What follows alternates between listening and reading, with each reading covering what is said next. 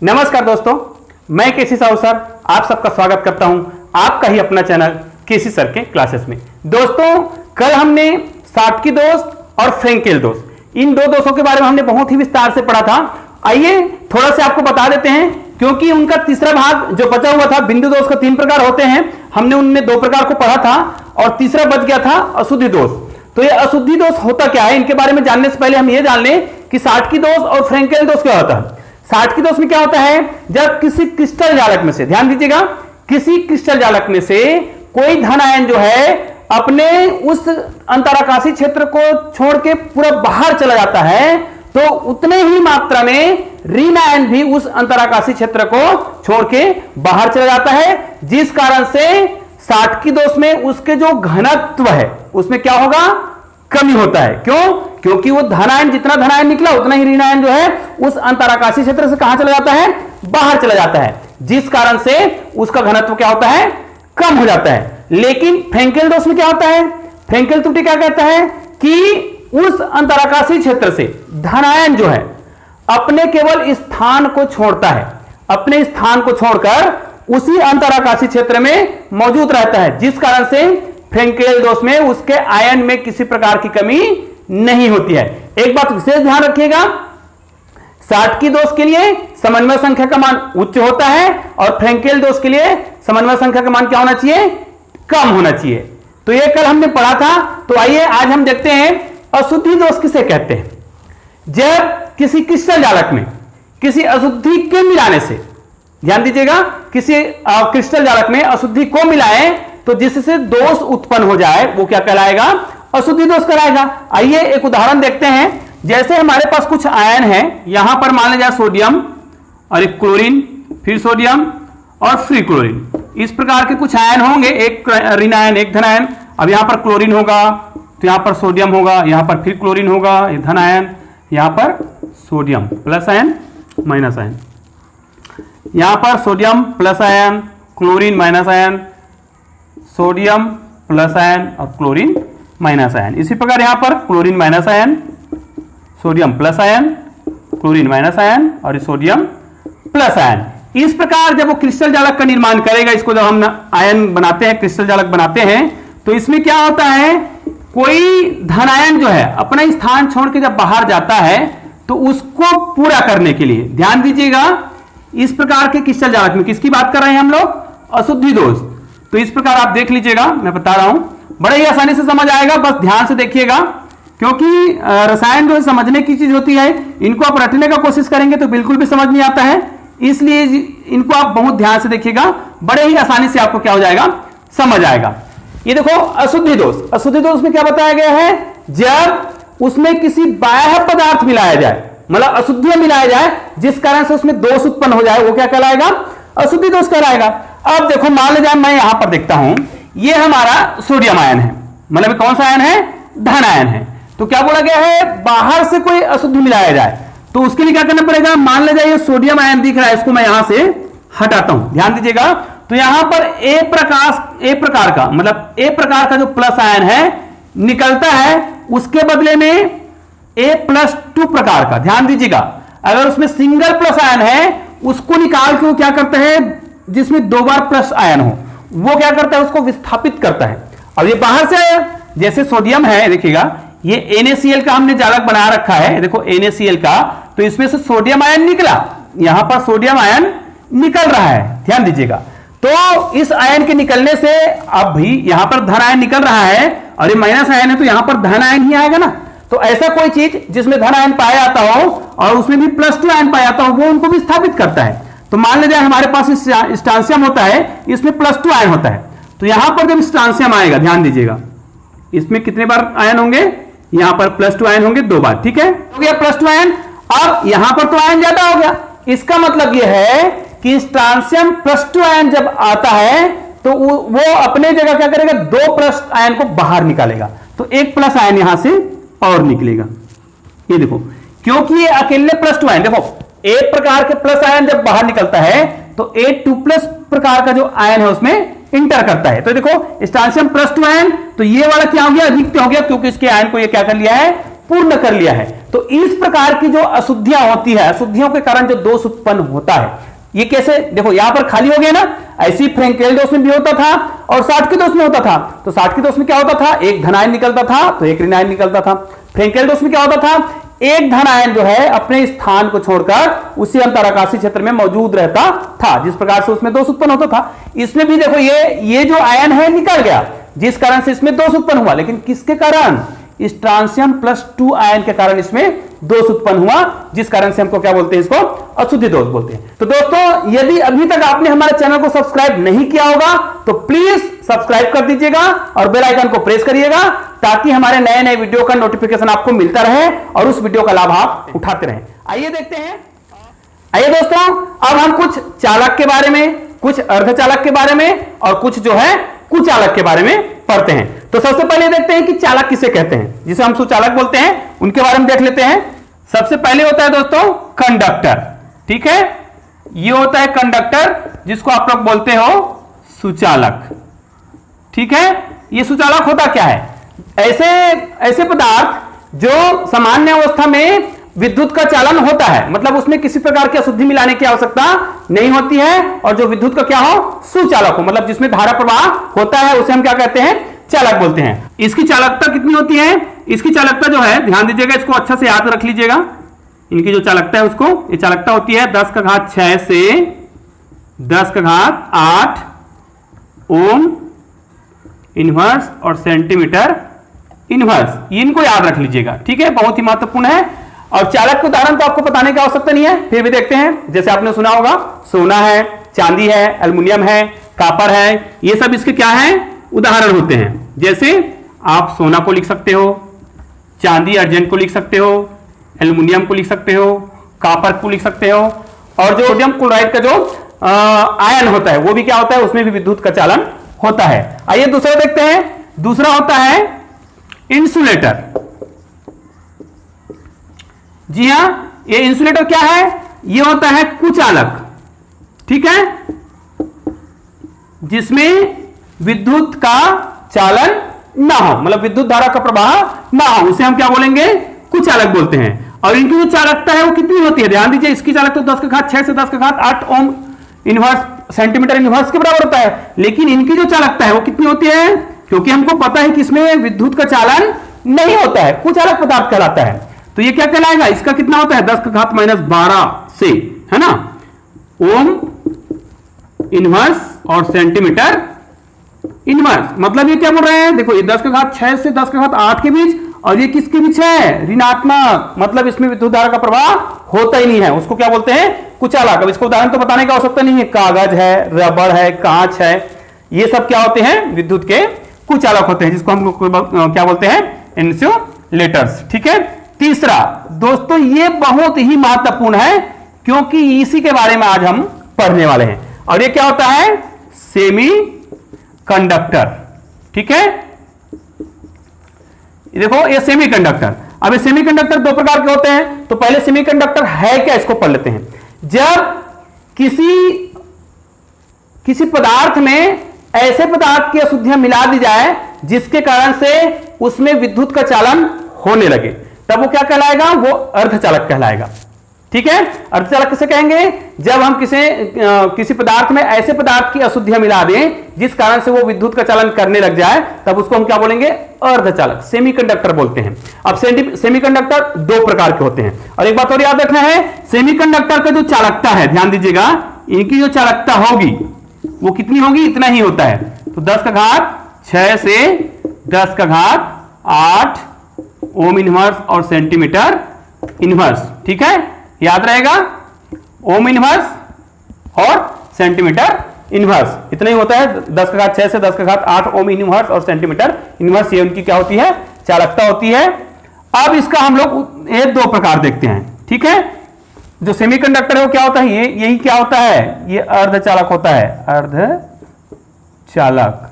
अब ये अर्धचालक कितने प्रकार के होते हैं जी, ये दो प्रकार के होते हैं, ठीक है। पहला एक होता है आंतरिक अर्धचालक, इसको आप लोग याद रख लीजिएगा, आंतरिक अर्धचालक हो गया, और दूसरा होता है बाह्य अर्धचालक, ठीक है, अर्ध चालक। ठीक है, याद रहेगा। अब ये आंतरिक अर्धचालक क्या है? जब किसी पदार्थ का यदि हम उसका क्या करें, केवल टेम्परेचर बढ़ाएं, केवल ताप बढ़ाएं, और ताप के बढ़ाने से यदि उसमें विद्युत धारा का प्रवाह होने लग जाए, तब उसे हम क्या कहेंगे? आंतरिक अर्धचालक। मतलब इसमें हमने किसी प्रकार के और अन्य पदार्थ की अशुद्धियां नहीं मिलाई, केवल और केवल ताप को बढ़ाने से वो चालक के समान व्यवहार करता है, और जब ताप कम होता है तब वो फिर कुचालक हो जाता है, मतलब उसमें धारा का प्रवाह नहीं होता है। तो इस प्रकार के अर्धचालक को क्या बोलेंगे हम? आंतरिक अर्धचालक। और दूसरा होता है बाह्य अर्धचालक। अब ये बाह्य अर्धचालक फिर दो प्रकार के होते हैं, ध्यान दीजिएगा, और इन्हीं के बारे में हम पढ़ने वाले हैं आज। ये बाह्य अर्धचालक दोनों दो प्रकार के होंगे, इनको विस्तार से पढ़ेंगे। ये होते हैं एन टाइप के और पी टाइप के। अब ये एन टाइप के और पी टाइप के क्या होते हैं, इनको हम विस्तार से पढ़ते हैं। तो आइए देखते हैं। आइए दोस्तों देखते हैं एन टाइप के अर्धचालक होते क्या हैं। ध्यान दीजिएगा, बहुत ही सरल चीज है। आप रसायन में 13वें समूह, 14वें समूह और 15वें समूह, इन तीन सदस्यों को याद रखिएगा। 13वें ग्रुप, 14वें ग्रुप और 15वें ग्रुप। और याद रखिएगा, जब भी आपको अर्धचालक बनाने होंगे, एन टाइप का हो चाहे पी टाइप का हो, तो उसमें 14वें प्रकार का ध्यान दीजिएगा। ये जो 14वें समूह का होता है, ठीक है, इस समूह में आपको अशुद्धियों को मिलाना रहता है। ठीक है, मतलब आपको चाहे एन टाइप का बनाना हो चाहे पी टाइप का बनाना हो, हमको वो समूह, कौन से समूह के तत्वों को लेना है? 14वें समूह के तत्वों को लेना है। उसमें 13वें समूह का मिलाएंगे या फिर 15वें समूह का मिलाएंगे। अब ध्यान दीजिए, हमको क्या बनाना है? एन टाइप के अर्धचालक। अब एन टाइप के अर्धचालक किसको बोलते हैं? ध्यान दीजिएगा, जब इलेक्ट्रॉन की अधिकता हो जाए। कब? जब किसी समूह में किसी अन्य पदार्थ के समूह को मिलाने से इलेक्ट्रॉन की अधिकता हो जाए। और बड़ा ही सरल है, बस इस वीडियो को बहुत ध्यान से देखिएगा और आखिर तक देखिएगा, आपको रटने की बिल्कुल भी आवश्यकता नहीं पड़ेगी। कैसे? अब आपको पता है कि इलेक्ट्रॉन की अधिकता हो जाए, और नियम हमने बता रखा है कि 14वें समूह के तत्वों में या तो 13वां को मिलाएंगे या फिर 15वें को मिलाएंगे। अब इलेक्ट्रॉन की अधिकता हो जाए, अब अष्टक नियम आप लोग याद रखो, किसी भी तत्व के बाह्यतम कोश में यदि 8 इलेक्ट्रॉन हो तो वो संतुष्ट है ना, स्टेबलिश्ड बोलते हैं उसको, हम स्थायित्व बोलते हैं। लेकिन यदि उनसे ज्यादा हो जाए तो आप सोच के देखो, हमने क्या बोला है? एन टाइप के अर्धचालक में क्या होता है? एक इलेक्ट्रॉन की अधिकता होती है। तो ये कैसे होगा? जब हम 14वें समूह में 15वें समूह के तत्वों को मिलाएंगे। समझ आ गया? तो 14वें समूह का तत्व कौन सा होता है? ये होता है सिलिकॉन होता है, या फिर जर्मेनियम होता है। ये सब आप याद रख लीजिएगा, या तो सिलिकॉन या फिर जर्मेनियम में 15वें समूह के तत्वों को मिलाना है, मतलब फास्फोरस को मिलाना है या फिर आर्सेनिक, इन तत्वों को मिलाएंगे। कैसे मिलाएंगे देखते हैं। जैसे हम 14वें समूह का तत्व सिलिकॉन लेते हैं, मान लीजिए हमारे पास सिलिकॉन जो है सिलिकॉन ही लेना है, तो हमने मान लीजिए यहां पे लिया, ये सिलिकॉन है, ठीक है, यहां पर सिलिकॉन है। ऐसे मैंने सिलिकॉन कुछ लिया हुआ है, बहुत सारे होंगे वो तो मैं कुछ ही ले रहा हूं। ठीक है, मैं आपको 9, 10, 11 ऐसा कुछ भी है, कुछ संख्याओं में लेकर आपको बताता हूं। ये आपके पास कितने हैं? सिलिकॉन के तत्व है। अब हमको पता है सिलिकॉन 14वें समूह का है, मतलब उसके बाह्यतम कोश में कितने इलेक्ट्रॉन होंगे? ये तो पता है कि उसके बाह्यतम कोश में कितने इलेक्ट्रॉन होंगे? 4 इलेक्ट्रॉन होंगे। तो इसका मैं कुछ अच्छा से चित्र बना लेता हूं, आपको आसानी से समझ आएगा। ध्यान से देखिएगा इसको। तो ये इनके बाह्यतम कोश में कितने इलेक्ट्रॉन होते हैं? 4। उन 4 इलेक्ट्रॉनों को हम लिखते हैं। चलो ये देखो, ये सिलिकॉन है, इनके एक इलेक्ट्रॉन यहां पे होंगे, एक इलेक्ट्रॉन यहां होंगे, एक यहां होंगे और एक यहां होंगे। इस सिलिकॉन की बात करते हैं। ये वाला सिलिकॉन का एक इलेक्ट्रॉन इधर होगा, एक इलेक्ट्रॉन इधर होगा, एक इधर होगा और एक इधर होगा। ध्यान दीजिएगा, ये इनका है। इसी प्रकार इस सिलिकॉन के 4 इलेक्ट्रॉन, एक यहां पे होगा, एक यहां पे होगा, एक यहां पे होगा और एक यहां पे होगा। 4 हो गया इसका भी। अब इस सिलिकॉन की बात करते हैं, तो एक इलेक्ट्रॉन यहां होगा, ध्यान दीजिएगा, एक इलेक्ट्रॉन यहां होगा, एक इलेक्ट्रॉन यहां होगा, एक यहां पे होगा। 4 हो गया। इसकी बात करते हैं, तो एक इलेक्ट्रॉन यहां पे होगा, एक यहां पे होगा, एक यहां पे होगा और एक यहां पे होगा। इस सिलिकॉन की बात करो तो इस सिलिकॉन का एक इलेक्ट्रॉन यहां पे होगा, इसको यहां पे लिख लेते हैं। ठीक है, ये यहां पे होगा, एक यहां पे होगा, एक यहां पे होगा और एक यहां पे होगा। इस सिलिकॉन का एक यहां पे होगा, ध्यान दीजिएगा, एक यहां पे होगा और एक यहां पे होगा और एक यहां पे होगा। ध्यान दीजिए, इधर और बहुत सारे परमाणु बनाना है, लेकिन मैंने नहीं बनाया है, मैं केवल इतने में आपको समझा रहा हूं। इसका बच गया है, तो एक इलेक्ट्रॉन इसका यहां पे होगा, ध्यान दीजिएगा, एक इलेक्ट्रॉन इसका यहां पे होगा और एक इलेक्ट्रॉन यहां पे होगा और एक इलेक्ट्रॉन यहां पे होगा। ऐसा करने से, और ये सिलिकॉन का है, इसका भी कर देते हैं। चलो अभी फिलहाल ये देखो 1 है ना, 2 3 और 4। ऐसा करने से देखो सभी कक्षकों में उनकी जो अष्टक है वो पूर्ण हो जा रहा है। ध्यान दीजिएगा, यहां पर देखो, यहां से गिनना चालू करेंगे, ये सिलिकॉन है तो 1 2 3 4 5 6 7 8, इसी प्रकार 1 2 3 4 5 6 7, और इधर एक और सिलिकॉन रहता है उसके साथ जुड़ता तो ये भी 8, ये भी इधर और सिलिकॉन होता, इधर और सिलिकॉन होता, तो सब में इनके पायतम को उसमें क्या हो गए हैं, 8 इलेक्ट्रॉन हो गए हैं। मैंने पूरा चित्र नहीं बनाया है, तो आप और बनाते जाओगे तो आपको मिल जाएगा। लेकिन हमने क्या पढ़ा है, एन टाइप के अर्धचालक क्या होते हैं, जब इसमें 15वें समूह के कोई अशुद्धि मिलाया जाए। 15वें समूह मतलब या तो फास्फोरस मिलाया जाए या आर्सेनिक। तो चलो हम इसमें कोई फास्फोरस मिलाते हैं। अब ध्यान दीजिए, अशुद्धियां मिला रहे हैं तो अशुद्धियां कम मात्रा में मिलाया जाएगा ना। तो देखो इतने सारे सिलिकॉन हैं तो इसमें से कोई एक फास्फोरस मिलाते हैं। ये देखो इस सिलिकॉन को मैंने हटाया और इसकी जगह मैंने क्या कर दिया, यहां पर मैंने फास्फोरस रखा। अब ध्यान दो, सिलिकॉन था तो सिलिकॉन को हटाएंगे तो सिलिकॉन के इलेक्ट्रॉन हट गए। अब हमको फास्फोरस के इलेक्ट्रॉन डालने हैं, तो फास्फोरस के बाह्यतम को उसमें कितने इलेक्ट्रॉन होते हैं, फास्फोरस के बाह्यतम को उसमें कितने होते हैं, 5। तो ये देखो ये हरा वाला जो बना रहा हूं फास्फोरस के हैं, ये 2 हो गए, 3 हो गए और ये 4, और एक इलेक्ट्रॉन और होंगे तो ये हो गए 5। अब देखो इस वाले फास्फोरस का ध्यान दीजिएगा, सभी का ये जो अष्टक तो सबको पूरा हुआ है, ये देखो इनका अष्टक पूरा है, यहां पे और उधर रहता तो इसमें आ जाओ। इनमें अष्टक पूरा होने के अलावा, जैसे इतना को मैं लेता हूं, इतना को अपन घेरा में ले लेते हैं, ये वाला फास्फोरस इतना, तो ये वाला इलेक्ट्रॉन क्या हो जा रहा है, ये वाला इलेक्ट्रॉन जो है अष्टक तो पूरा इतने में होगा, गिन लो 1 2 3 4 5 6 7 और 8। फास्फोरस ने अपना अष्टक पूरा कर लिया, मतलब सहसंयोजी बंध बना लिया और इनका अष्टक पूरा हो गया है। तो ये वाला जो इलेक्ट्रॉन दिख रहा है दोस्तों, ध्यान दीजिएगा, ये वाला जो इलेक्ट्रॉन दिख रहा है फास्फोरस के बाह्यतम को से 5 होते हैं, तो 1 2 3 4 और इसके करके 5। तो ये इलेक्ट्रॉन क्या करता है, गति करता है, इधर उधर जाने के लिए क्या है, स्वतंत्र है, क्योंकि ये क्या हो गया, एक्स्ट्रा हो गया। इसी प्रकार इसीलिए इनको क्या बोलते हैं, एन टाइप के अर्धचालक, जिसमें इलेक्ट्रॉन की अधिकता हो जाए। अब इस अधिकता हो जाने के कारण, इसी इलेक्ट्रॉन के कारण, क्योंकि इलेक्ट्रॉन क्या करता है, गति करता है, जिसके कारण से उसमें क्या होता है, विद्युत सप्लाई होता है, जिस कारण से इस प्रकार के जो अर्धचालक है उसमें करंट सप्लाई होने लगता है। अब ये बहुत विशेष रूप से ध्यान देना है, अक्सर प्रतियोगी परीक्षा में ये पूछा ही जाता है और पूछा ही जाएगा कि एक तो ऑब्जेक्टिव क्वेश्चन इनको पूछ दिया जाता है। क्या पूछ दिया जाता है कि एन टाइप के अर्धचालक में करंट किसके कारण बहता है। ध्यान रखिएगा, एन टाइप के अर्धचालक में करंट किसके कारण बहता है, तो एन टाइप के अर्धचालक में करंट किसके कारण बहता है, ये इलेक्ट्रॉन के कारण। तो ये विशेष याद रखिएगा कि इसमें इसमें धारावाहक का काम, धारावाहक है ना, कौन होता है, इलेक्ट्रॉन होता है। किसमें, ध्यान दीजिएगा, एन टाइप के अर्धचालक में धारावाहक का काम कौन करता है, मुख्य धारावाहक का काम कौन करता है, इलेक्ट्रॉन। इलेक्ट्रॉन के कारण ही इसमें धारा क्या होती है, बहती है। तो याद रहिएगा, तो अब याद रहेगा मेरे ख्याल से कि एन टाइप का अर्धचालक क्या है, बिल्कुल भी सरल है। जब 14वें समूह के तत्व में 15वें समूह के कोई भी तत्व को मिलाया जाता है तो उसमें एक इलेक्ट्रॉन की क्या हो जाती है, अधिकता हो जाती है, जिस कारण से इसमें धारा बहती है। तो इस प्रकार का जो अर्धचालक बनता है उसको हम कौन सा अर्धचालक बोलते हैं, एन टाइप के अर्धचालक बोलते हैं। ठीक है, आइए अब हम देखते हैं पी टाइप के अर्धचालक। आइए दूसरा प्रकार देखते हैं, पी टाइप के अर्धचालक। अब पी टाइप के अर्धचालक क्या होते हैं, ये होते हैं पी टाइप के अर्धचालक, पी टाइप के अर्धचालक, ये दूसरा होता है पी। अब पी टाइप के अर्धचालक किसे कहेंगे, ध्यान दीजिएगा, जब 14वें समूह में 13वें समूह के तत्वों को मिलाया जाए तो उसमें इलेक्ट्रॉनों की क्या हो जाती है, कमी हो जाती है। सोच के देखो, बाह्यतम को उसमें कितने इलेक्ट्रॉन अष्टक पूरा होने के लिए क्या चाहिए, 8 चाहिए। अब 14वें समूह के बाह्यतम में कितने होते हैं, 4।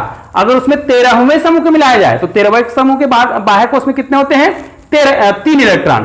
तो 4 और 3 कितना हुआ, 7। मतलब इसको अष्टक पूरा करने के लिए एक इलेक्ट्रॉन की और आवश्यकता है। तो इसी में क्या होता है, 14वें समूह में ही नहीं मिलाना है भाई, याद रखिएगा, 14वें समूह में ही आपको मिलाना रहता है। तो इसमें किस समूह को मिलाएंगे, 14वें समूह में 13वें समूह को।